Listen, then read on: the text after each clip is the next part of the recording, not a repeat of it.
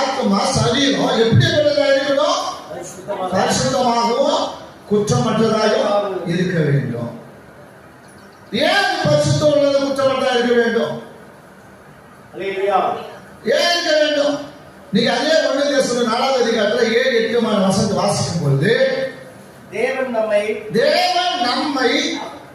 அசுத்தத்திற்கு அல்ல பரிசுத்தத்திற்கு அழைத்திருக்கிறார். ஆகையால் அசட்டை பண்ணுகிறவன் மனுஷனே அல்ல, நமது பரிசுத்த ஆவி நமக்கு தந்துள்ள தேவனையே அசட்டை பண்ணுகிறார். சபையில நீங்க அசட்டை காணப்படுகிறது. அசட்டையா இருக்கிறது. கர்த்தருடைய வார்த்தை, கர்த்தருடைய சத்தியம், கர்த்தருடைய உபதேசம் கடந்து வருகின்ற பொழுது அது கூர்ந்து கவனிக்கணும், அதன்படி நடக்கணும், அது சிந்திக்கணும். நம்ம அசட்டை பண்ணிட்டு சபையில் என்ன செய்யக்கூடாது? உட்காந்துட்டு யாருக்கோ சொல்றாங்க, எதுக்கோ சொல்றாங்க, எவருக்கோ சொல்றாங்க, இதோ அப்படி ஒளிப்பிடிக்க போய் அது எங்கோ போகுது. அப்படி இல்லை. உங்களுக்கு தான் உபதேசம், உங்களுக்கு தான் சத்தியம், உங்களுக்கு தான் அந்த வார்த்தை. உள்ள உட்காந்துக்கிறது என்ன செய்யக்கூடாது? அசட்டை பண்ணிட்டு இருக்காது, அசட்டையா உட்காந்துக்க கூடாது. பைபிள் படிக்க, வீட்டுல படிங்க.